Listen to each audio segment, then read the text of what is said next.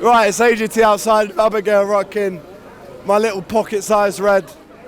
Can you describe the emotions from the start when I was holding up this mosaic to all the emotion around that, going 2-0 up, 2-2, thinking what is going on here, but then we win the game.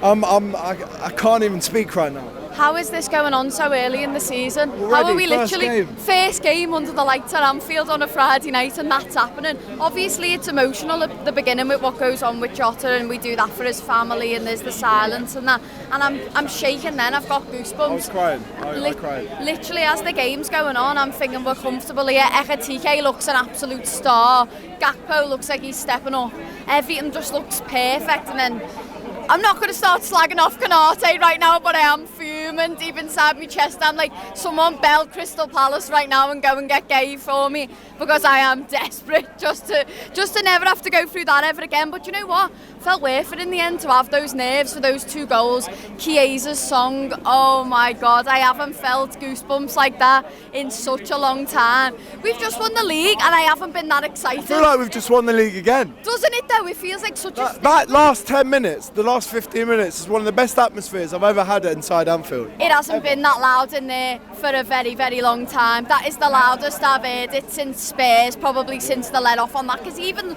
last game lifting the trophy, that felt louder, right from singing Jota's song all the way to the Chiesa song to Salah. And then I've just been told Salah was crying at the end of the game. I didn't see that. And now I'm just stood here, just feeling all the emotions. Can't wait to get home, rewatch the whole thing and just sit there, sink it all in again. 2 words to start off with. Hugo Ekitike. I captained him on fantasy football because I had a feeling. I thought everyone's captaining him now. I thought, you know what, I'm going to go for it. He's got that whole thing in his head of Liverpool won Isak. I've got to prove that I deserve to be the striker in this team. And then he goes and puts in a performance like that. He was brilliant. Gets an assist as well. I know Cody did that all by himself pretty much, but got me my fantasy footy point. What a player we've got there. Hugo Ekitike, what a finish to go 1-0 up. Early doors-ish, 35 minutes, but less than an hour into his Anfield debut, he scores the first goal, half-time, and Hugo Ekitike sets up the second goal. Like you said, Cody Gakpo did a lot of the work. When Cody Gakpo starts coming inside, you're just waiting for him to pull that trigger and for it to just nestle in the bottom corner. At this stage, we're waiting for that to happen. Well, I think we've all forgot that he was capable of this. I feel like everyone was bigging up Diaz, and obviously we've ended up losing Diaz.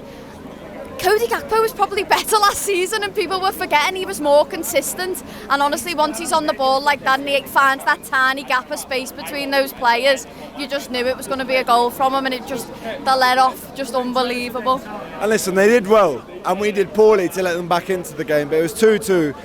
Out of every single player on that pitch, maybe apart from Joe Gomez, Federico Chiesa, when them subs come on, it killed us a little bit, right? We took off Ekitike, we lost that focal point, but Federico Chiesa to score, that is unbelievable from slot.